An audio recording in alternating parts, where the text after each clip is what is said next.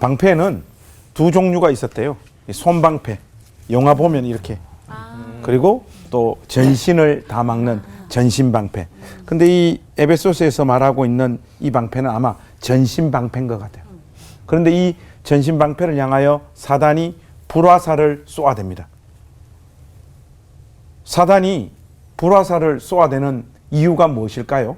제가 오늘 본문 말씀으로 잡은 것은 요한계시록 14장 12절인데 예수 믿는 믿음에서 이탈하라고 사단이 쏘아대는 것이 불화살인 거죠. 그래서 계시록 14장 12절에 성도들의 인내가 여기 있나니 그들은 하나님의 계명과 예수에 대한 믿음을 지키는 자니라 이렇게 말하고 있습니다. 그런데 이 말씀이 오고 오는 모든 세대의 예수 믿는 사람들에게 진공 상태에서 주어진 말씀은 아니죠. 이 1세기 권속들에게 있어서는 황제 숭배, 황제를 살아있는 신으로 경배하고 섬기라 이 요구가 주어졌단 말이죠. 이 상황에서 하나님의 계명과 예수에 대한 믿음을 지키는 자리에 서는 것은 대단한 인내를 요구하는 겁니다. 황제를 숭배해버리게 되면 안락해지고 보호를 받고 살아가는 방식이 다양해집니다. 그러나 황제 숭배를 거부하게 되어지면 고통과 눈물과 시련과 일상의 삶이 고통으로 점철되어지는 이 삶이 펼쳐지는 거예요. 이런 의미에서 보면 불화살이라고 하니까 그 이미지가 불화살을 맞으면 막 뜨겁고 고통스럽고 힘들 것 같죠. 안 그렇습니다. 사단의 불화살, 황제 숭배와 같은 이런 불화살을 맞게 되어지면 뜨거운 것이 아니라 삶이 편해집니다. 안락해집니다. 이제 살아갈 수 있는 방편이 성도들의 삶 앞에 활짝 열려지는 거예요. 그래서 사실은 많은 사람들이 불화살을 맞기를 거부하는 것이 아니라 나 불화살 제대로 좀 쏘아가지고 내 가슴을 뚫어줘 이렇게 요구하고 있는 거예요. 믿음의 방패를 사용하여 하나님 주신 믿음을 계속해서 지키는 일은 대단한 인내가 필요한 거예요. 그래서 대부분의 사람들은 무겁다는 이유로 여러 가지 이유로 이 방패를 그냥 내려버립니다. 그리고 불화살 앞에 노출되어지는 삶으로 자기 인생을 살죠. 히브리서에도 믿음으로 끝까지 살았던 우리의 믿음의 선진들의 생생한 모습들을 우리에게 말해주고 있지 않습니까? 심한 고문, 채찍질, 결박, 옥. 그중에 제일 아픈 가슴 아픈 표현은 톱으로 켬을 당하면서도 믿음을 지킨 우리의 믿음의 선진들의 모습을 히브리서 기자가 우리에게 말하고 있지 않습니까? 그리스도를 위해 받는 수모를 애굽의 모든 보화보다 더 큰 재물로 여겼다. 누굽니까? 모세의 믿음의 세계를 이렇게 표현하고 있지 않습니까? 그래서 믿음의 방패를 가지고 불화살을 막는 일은 엄청나게 고통스러운 거예요. 우리 인간 본성으로 거역하고 싶은 믿음의 행위가 믿음의 방패를 사용하는 일이라는 것을 여러분들이 기억하셔야 됩니다.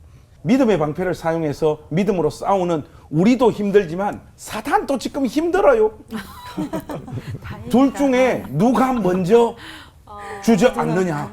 그런데 참된 믿음을 가진 믿음의 방패를 정말로 쥐고 있는 참된 신자는 사단이 주저앉는 그 시점까지 이것을 놓지 않는 거예요. 끝까지 이 믿음의 방패로 여러분의 믿음을 여러분 평생 동안 보호하고 지킬 수 있는 신자들이 되시기를 우리 주님의 이름으로 부탁합니다. 코로나 상황입니다. 그래서 많은 분들이 목사님 믿음으로 살기가 힘들어요. 어떻게 믿음 생활해야 돼요? 이런 엄살을 많이 떨어요. 근데 여러분 한번 생각해 보십시오. 예수 믿기 편했던 시절이 어디 있습니까? 코로나가 오기 전에는 여러분 믿음이 좋았어요? 꼭 코로나 오기 전에 믿음의 방패를 사용하지 않았던 분들이 코로나가 되고 나니까 믿음의 방패를 사용하고 싶다고 그렇게 말씀하시는데 예수 믿는 신자에게 예수 믿기 편한 날은 없습니다. 늘 이 싸움은 고통스럽고 어려운 거예요. 그래서 이 길을 행복과 평안과 즐거움으로 인식하고 받아들이지 마시고 어레껏 이 믿음의 길은 우리에게 인내를 요구하는 길이라는 것을 여러분 명심하셔서 무거운데 힘내셔서 전신을 제대로 막으십시오. 왜냐? 전방위적으로 여러분들 향하여 불화살이 날아오고 있습니다. 그거 한 방만 제대로 맞으면 예수 믿는 이 믿음 포기하고 세상의 명예와 영광을 붙잡는 자리로 우리도 얼마든지 나가 떨어질 수 있기 때문입니다. 끝까지 믿음으로 살아서 여러분들 입에서 믿음이 이기네, 믿음이 이기네, 주 예수를 믿는 믿음이 온 세상 이기네, 이 놀라운 찬양을 하나님 앞에 올려드리는 복된 신자들이 되시기를 우리 주님의 이름으로 축복합니다. 기도하겠습니다. 하나님, 우리에게 허락하고 계신 이 믿음의 방패, 우리가 다시 힘을 내어 들어 올릴 수 있도록 은혜를 베풀어 주셔서 주 앞에 서는 그날까지 삶의 단 한순간도 주를 배반하는 일 없도록 우리 믿음을 지켜 주시옵소서. 우리 구주 예수 그리스도의 이름으로 기도하옵나이다. 아멘. 그런데 아까 전에 김관성 목사님께서 콕 집어 말씀하셨지만 그래도 이 부분을 콕 집어 다시 여쭙겠습니다. 네. 이 코로나 시대에 정말 이 믿음의 방패를 꽉 잡고 있기가 너무 힘든 건 사실이에요. 네. 그냥 주일마다 가서 이렇게 혼도 나고 해야 되는데 주일에 예배당도 제대로 못 가죠. 뭐 회복이 잘 될 줄 알았는데 이렇게 길어질 줄 몰랐죠. 그래서 믿음이 많이 흐트러지고 있는데 이런 시대일수록 어떻게 더욱더 믿음을 지켜나갈 수 있을지 알려주시면 많은 도움이 될 것 같습니다. 제가 좀 못되게 말씀을 드리고 싶습니다. 코로나 시대에 흔들린 믿음이면 그거 애시당초 믿음 아니에요. 아니요. 아이고.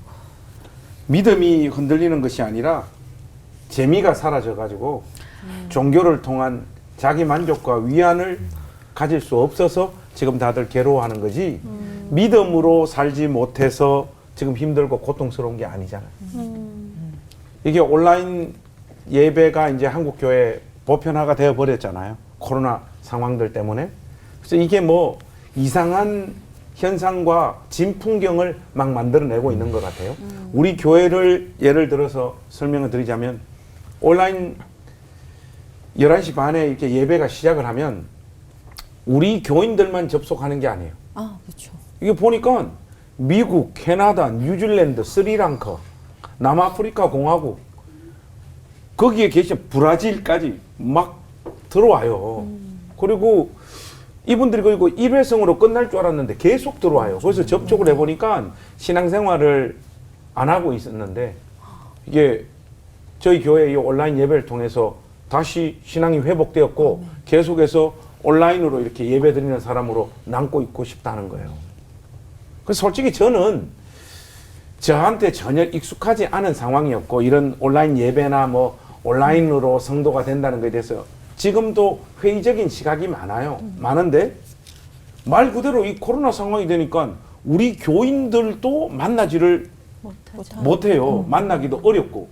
그런데 이 외국에 계신 분들하고 더 많이 접촉하고 그분들과 줌을 통해서 성경 공부를 하고 또 그분들이 헌금도 보내고 더 상위 과정에 성경 공부도 끊임없이 요구하고 해가지고 교제가 그냥 계속해서 이렇게 이루어지고 있어요. 한 번은 한 3주 정도 됐나? 재미나는 일이 있었어요. 전남 구례에 있는 자기 스스로 말하기를 나는 행신침례교회 온라인 성도라는 거예요. 그 자기가 소속되어져 있는 교회 목사님 나는 죽기 전에 한번 봐야 되겠다 해서 전남 구례에서 새벽 6시에 출발해가지고 그 대중교통을 타고 우리 교회 12시에 도착합니다. 우와. 거기서 저하고 식사하고 저하고 대화 2시간 하고 다시 차를 타고 거기까지 내려간 거예요. 그 이런 것들을 보면서 거리의 문제 그리고 코로나가 생겨서 우리가 우리 믿음을 어떤 지키기 어렵다라고 하는 이런 이야기들이 변명일 가능성이 많다는 거죠. 어떤 사람에게 있어서는 이런 상황이 더욱더 하나님 앞에 가까이 가는 어떤 계기가 되고 그런 수단으로 잘 활용하고 있는 사람들도 굉장히 많다는 거 꼭 좀 기억했으면 좋겠습니다. 그래서 그런 질문을 하는 자체가 어쩌면 우리의 정신 상태가 썩어 있는 거 아닐까. 코로나 시대에 우리의 믿음을 더 잘 지킬 수 있는 방법이 뭘까? 코로나든 아니든 믿음을 지키는 것은 어렵고 지금이라고 해서 더 힘든 것은 분명히 없다. 한번 생각해 보십시오. 코로나가 왔다고 해서 기도할 수 없습니까? 하나님을 의지할 수 없습니까?